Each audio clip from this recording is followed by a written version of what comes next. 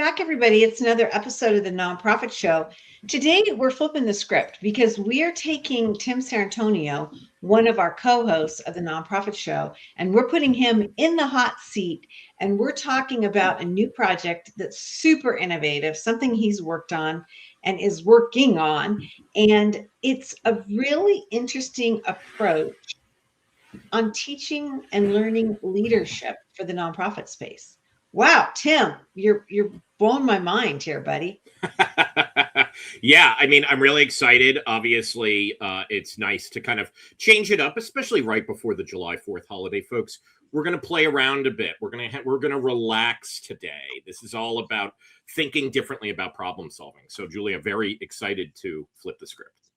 I am really, really looking forward to this. You know, you and I met many years ago, and it's just been a joy to watch you grow and blossom and contribute so much to the sector. And who contributes a lot to our business and to the Nonprofit Show? Those are our sponsors, and they include Bloomerang, American Nonprofit Academy, Staffing Boutique, Your Part-Time Controller, Third Sector Company, JMT Consulting, and Intuit QuickBooks. These are the folks that join us day in and day out. Tim, we're marching towards our 1,600th episode, which blows my mind. Yeah. So anyway, they've been part of this journey. Again, I'm Julia C. Patrick, CEO of the American Nonprofit Academy. I mean, a lot of times, you know, Tim Sarrantonio as one of our co-hosts, but as I mentioned, he is in the hot seat today. He's our guest. He's the founder and chief designer of the Generosity Spectrum. Okay, I know it's hard to talk about yourself sometimes, but you're a pretty big deal in our sector. I'm going to call it out. I know, no pressure. Talk to us about what the Generosity Spectrum is and does, and then also explain to us how you got to this place on your journey, because it's pretty interesting. Yeah, well, thank you for queuing me up there. So, look, I started my I actually start how I got to this hot seat. I started my journey in the nonprofit sector, I kind of informally when I was in graduate school living in New York City. I went to Teachers College, Columbia University, and my first kind of like internee type job in order to help make a small dent in the crushing student loans that ultimately came from that investment was at a nonprofit. It was an educational nonprofit. I even taught English to kindergartners for a little bit. It's very interesting. But I really jumped into it around 2007, 2008. I'm a failed academic. And so like a lot of fundraisers especially, but I would make an argument the broader nonprofit sector at large for a lot of the roles in leadership. How did you get on the island of misfit toys? How did you stumble into that? So, well, look, 97% of nonprofits make under $5 million a year, right? And I was even kind of looking at some of the numbers on what we set aside for professional development, because when I was starting off, it was like large books that you can read, right? It's 2008. Maybe you go on the internet and something eventually loads, but even today, if anything, there's so much information, and there's actually something psychologically, like if you're standing in the toothpaste aisle, for instance, your brain gets overloaded because you're like looking at all the different options of toothpaste. And that's kind of what's happening now when it comes to education and professional development. So my passion's always been education. Even when I started at my last job, I worked at a technology company that services nonprofits for about 15 years. And I told them the very first week there, I said, I don't want to do sales demos. I want to educate people. And so I think that's important, that people can trust where their education is coming from. And so ultimately, that's what the Generosity Spectrum as a company is focused on. I'm not a consultant, right? Last July, actually, almost a year ago, I started looking around and I say, look, I've been kind of doing the same thing for a while, and I want to be able to have the freedom to work and connect with anybody and not kind of be pigeonholed about like, if it's this technology or that technology. It's like, we got bigger problems than that, Julia. We talk about that every single day here. Right. So how do we do something that can connect everybody around the inherent identity that we have as a generous person? Mm-hmm. So I took everything that I learned from people like Jen Shang of the Institute for Sustainable Philanthropy, and I said, you know what we don't have? We have a lot of great consultants out there. We got a lot of great technology. We got service partners. We got community foundations. We got businesses doing things and CSR programs. But what is that kind of connective tissue, the mycelium, if you want to think about it that way, between us all? And that's generosity as an identity. And so I simply took that and I said, you know what we don't have? Educational gaming. We have some organizations that do that, Games for Change, for instance, but no one just for us.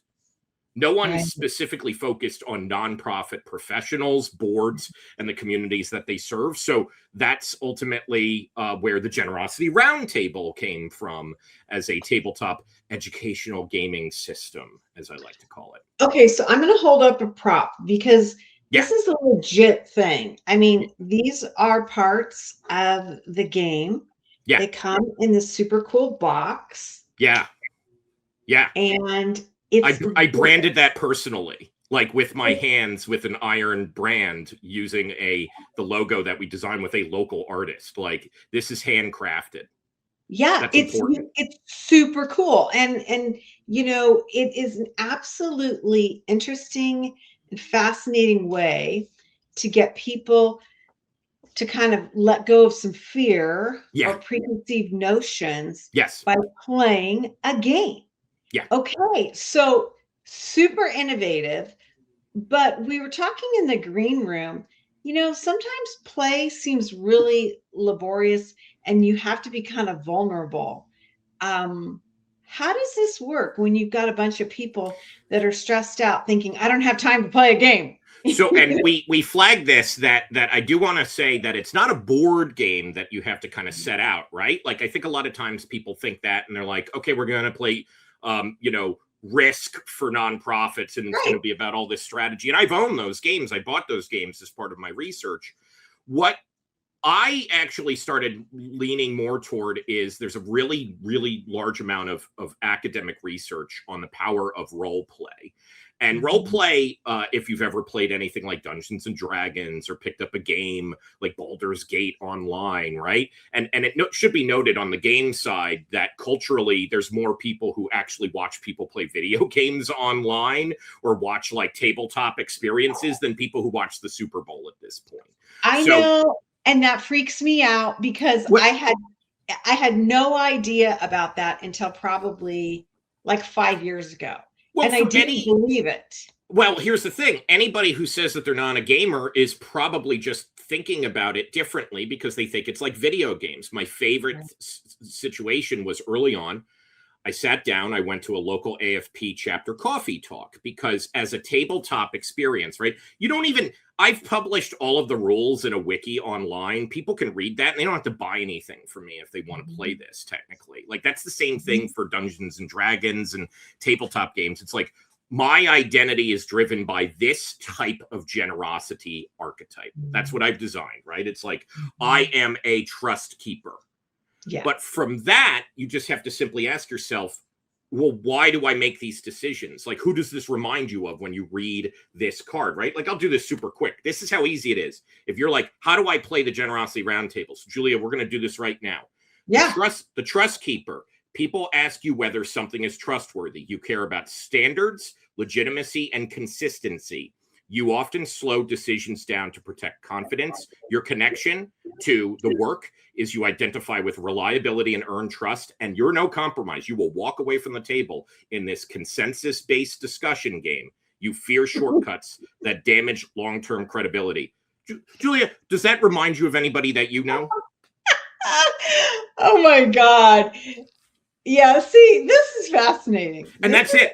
That's it. That's all you have to do. And then you can say, okay, now we're going to talk about this thing. And one of the earliest things, and we'll get into the mechanics of it, but basically you choose a card that says, I want to talk about this topic, right? This broad-based topic. I have a tech project issue, or we have plateaued engagement.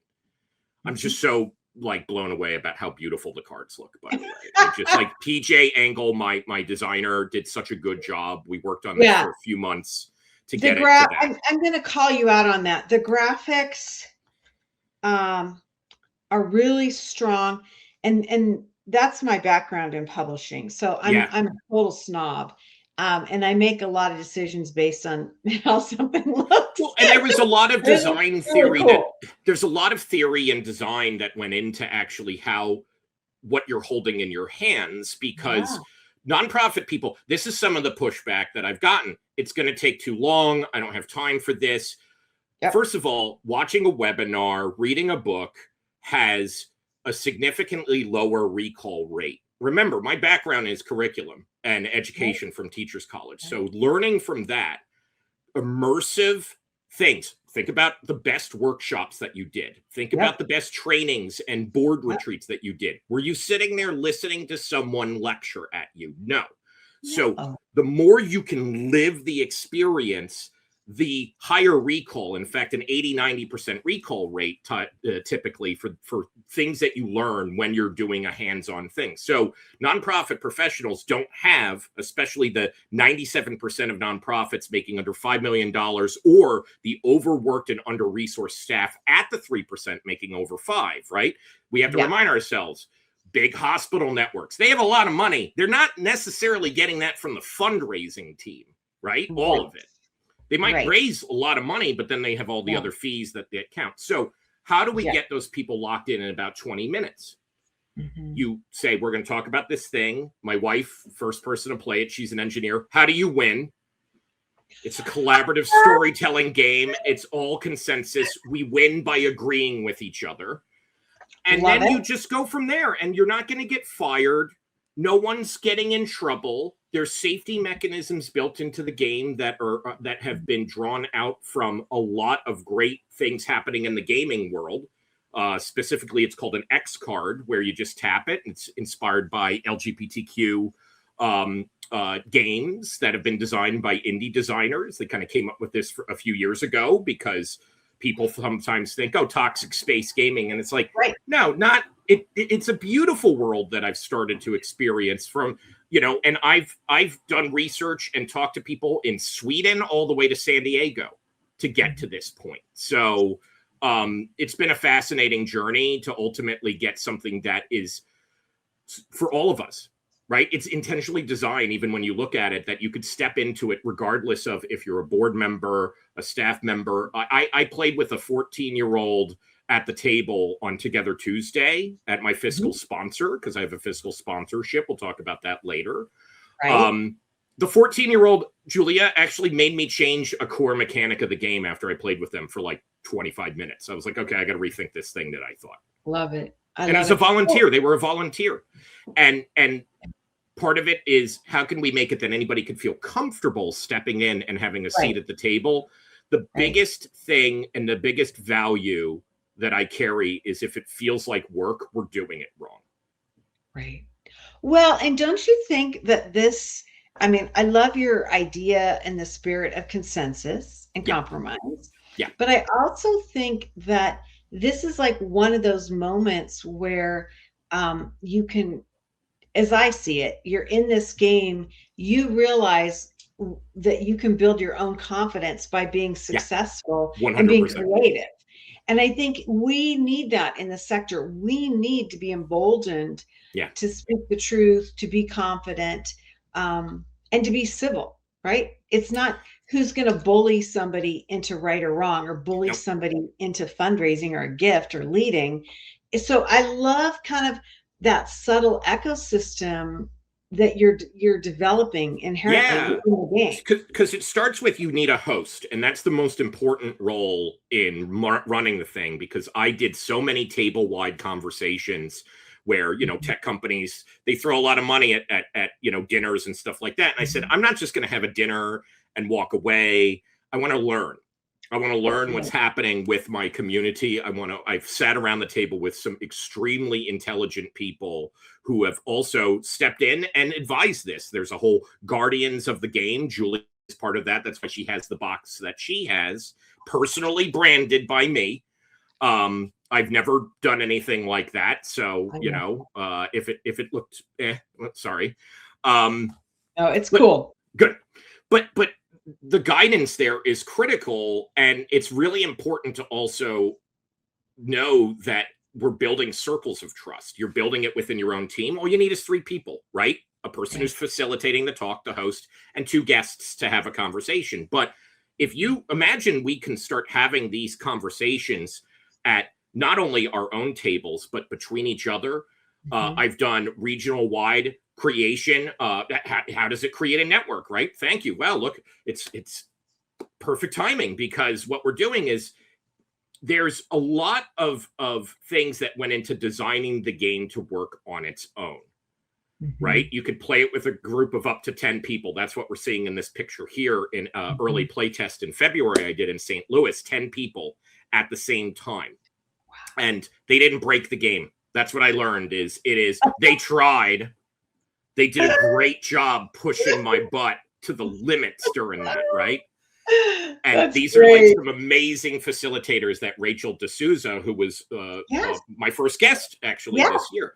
So Rachel is part of the same network that Julia's part of. And that's the vision, is that even when I was putting things together, I was like, I'm not going to put titles. I'm just going to put where people live and what their name is when people are learning about who's part of the network. Because I have about 30 or so people now that I've asked to help guide where this can go.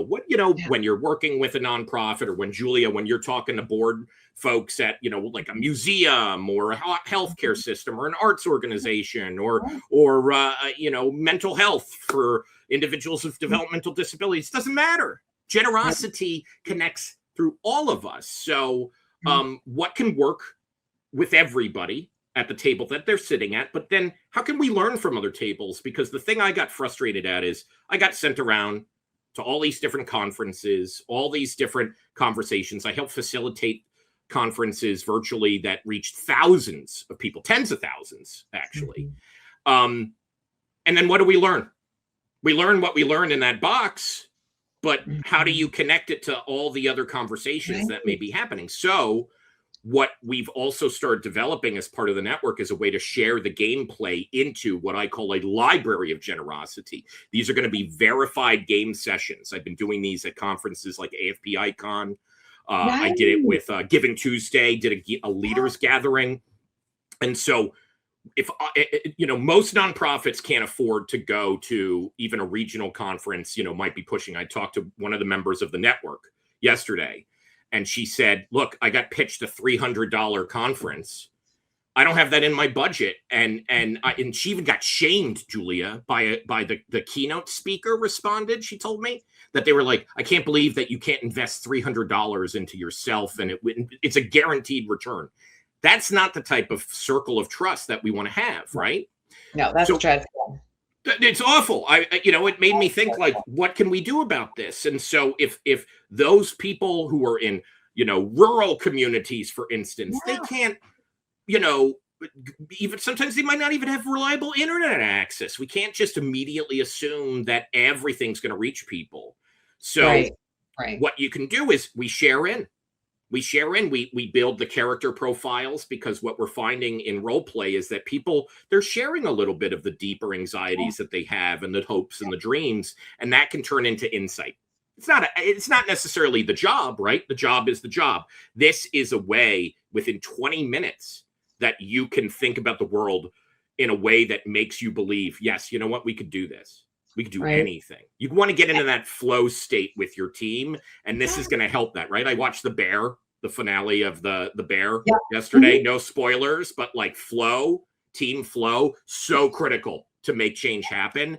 And imagine if you could start to tap into the power that's happening at Bridge Conference, or what's going on with National Council of Nonprofits, network conferences regionally, or maybe it's a thing happening in a grant providers conference that, a member of the network is sharing in, then you can get insight from that. You could go, oh, cool. You know what? I like that idea. Or, ooh, that's a character I even want to borrow. I want to take Dr. Mrs. Rabinovich and use it in my games, because that's a flushed out character. That's a real one. That's Rachel's, by the way. I love it. Well, the thing of it is that I think that we get, especially with fundraising and leadership, we get in our head about something. Yeah. And until we, for lack of a better word, test it out, before Mhm. we've gone into that fire and then come out and had some time to think Yeah. about it, our own evolution and our own improvement takes a long time. And that's what I like about this role playing. Yeah. That if you can jump into something, then I think it arms you for future things that you might have coming up. Maybe it's a coffee with a donor, maybe it's a big time pitch with a foundation. And It so doesn't matter. the vision is, and we'll start with this even at launch, is there'll be, the first one is, we will have a board game. It's just going to be a booklet called The Board Game, and it's 5 prefab scenarios with card suggestions and prompt suggestions for the host to just walk through. A progressive menu is how I'm designing it, to go, Yeah. okay, entry level all the way to a little bit more deeper conversation. But when Julia, when I talk with you, if there's something that we can design together that we can turn into a prefab booklet game, or something that works for a workshop or works for a board retreat, we're going to have that as a distribution part of the network, because everything's physical in terms of playing the game. There's virtual components, like I could spin it up and Julie and I could play right now and show you. You could look at YouTube things, but right now the focus is on getting people together in person. We'll get to the virtual at scale. I'm doing it very intimately now, but I think the beauty is going to be when people start to share together, and we're going to learn from that. I love it. And I think that's where we've been isolated so much. Yeah. We continue to face that.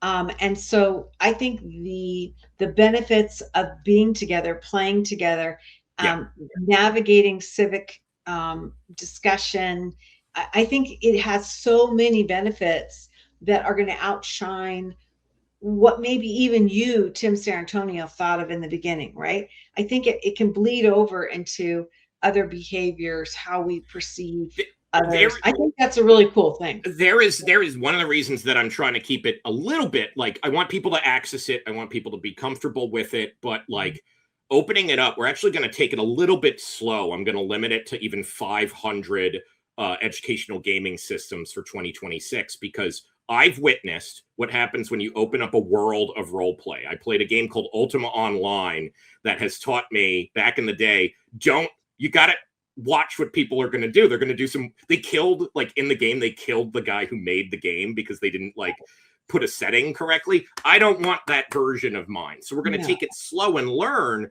but we're going to share these things out with like through shows like this, through, things that we'll publish online.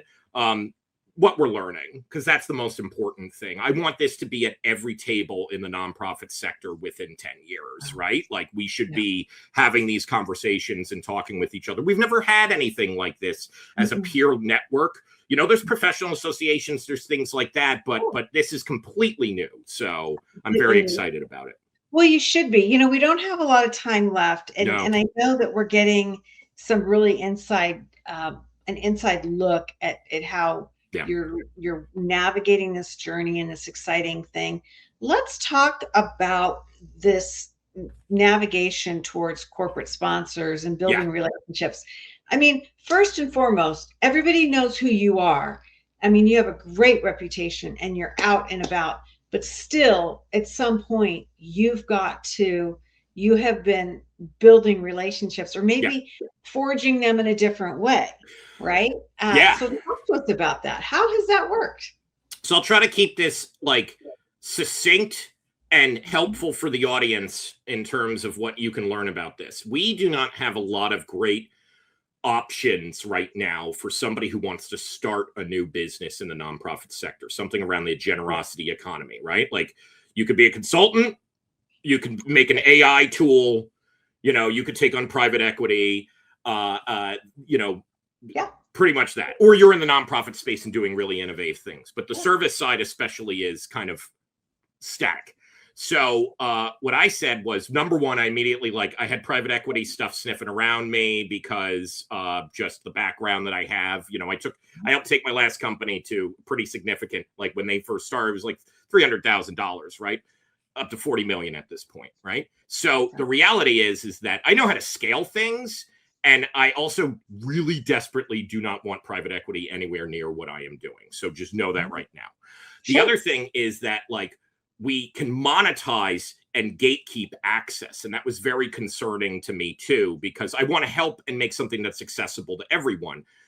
I could turn this into some proprietary framework and charge $5,000 a pop for 5 people to be able to, play a game with me as a consultant. That's not the vision that I have. I'm not a consultant. I want to work with great people like Julia or Julia Campbell or Rachel D'Souza. Julia Campbell, yeah. But I want something that can empower the individual nonprofit, like somebody like Caitlin Wyan at Alzheimer's San Diego, to just walk in and feel like I'm part of the table too. It's not a hierarchy. It's we're all part of this. And one of the coolest things is there are some amazing companies like Bloomerang that have stepped up. There are, the traditional sponsorship routes and things like that. But I kind of want to be the Savannah Bananas, where it's like, that's not the driver of the experiences. Yeah. But there's so much generosity that can come from the corporate side and the business side. I just think that they're a little bit kind of sick of the typical requests that they're getting too. That's the other thing that I noticed. So one little insight on the power that we can rethink things here. Julia, I was at my chiropractor, Huzik Family Practice in Troy, New York. And I've been talking with Mike for a while. He's actually the one that made me realize I can be a LLC as a solo entrepreneur. Didn't realize that. Yeah. He was asking for an update on the game after, we finished our session together. I'm feeling a lot better, right? And he's like, I want to support. All I do is get golf sponsorship requests. So we're going to interview him using the cards, right? Is he a trust keeper? Is he an evaluator, right? And we're going to match him up with a nonprofit to give them access to this learning network. And so his business is cracking backs, right? But the stress that people have built up because of the work that they're doing in the nonprofit space, he can directly address that through this type of program. So I've had lawyers, I've had food businesses. My Taekwondo studio wants to help. I'm actually, I've been doing special things at my in-person events where you break a board at the end of the gameplay session just for fun, right? Yeah. So the point I'm trying to make is that this is something that every business, if they wanted to, that could be a way that they could support, right? It's I'm going to Arizona iced tea this, Julia. It's just $500 a box, right? So it'll either be something a nonprofit can buy, or this innovative approach at the very least, if it's kind of underwrites a fair amount of the network, that's great. But the network is the network of nonprofit professionals and boards and the communities that they serve. That's what matters most. It's not about getting access for marketing qualified leads or any of the garbage that is making everybody scared to sign up for virtual conferences put on by vendors and stuff like that. I've learned it. I've lived it. I've designed around that. And now I get to design something that all of us can benefit from.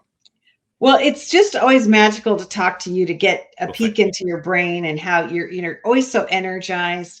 And I really encourage you, for those of you that watch the Nonprofit Show, follow Tim Sarrantonio on LinkedIn. He does some really interesting commentary, thought pieces.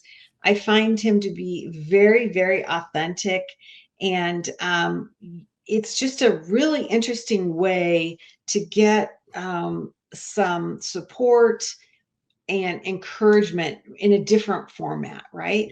And so check that out. Tim, I'm so proud of you. I'm so proud to know you and to see how this is working. I am really excited. You're going to be coming to my community in the fall. I am. And we're going to put together. We're going to do an awesome event. Yeah, an off hours event. And so, I'll have to handle the heat. As you can see, it's hot here in New York. My glasses are starting to fog up. So I'll get used to it by the time I get out there. please don't even talk to me about the heat. I My know. Lord. But anyway, Tim Sarrantonio, he is the founder and chief designer of the Generosity Spectrum. Check out the generosityspectrum.com, and you'll be hearing more and more about this game. And again, really connect with Tim on LinkedIn because it's super cool opportunities to learn more about his thought leadership, his approach. He's got an inside track to some of the greatest thought leaders in our sector, and he's so generous sharing that. So definitely, we're thrilled to call him one of our own because he is a co-host of the Nonprofit Show. So we knew you when. That's what I'm going to say. Yeah. Oh yeah. No. This is a great time to get in at the ground floor, folks. So I hope to have you part of the journey before we all start playing. Yeah, I love it. I love it. Hey, you know, we never play around with our sponsors. They include Bloomerang, American Nonprofit Academy, Staffing Boutique, Your Part-Time Controller, Third Sector Company, JMT Consulting, and Intuit QuickBooks. These are the folks that make these conversations like we've had today with Tim possible. What a joy it is to know you, to see how you've navigated through and forward and around our sector. It's really a cool thing. So thank you, Tim. Thank you. As we end each and every episode, we end with this message, and I think we need to hear this now more than ever, and that is to stay well so you can do well. Play a game, get into a different role, change the way you look at the world and how the world looks at you. Thanks so much. We'll see you again.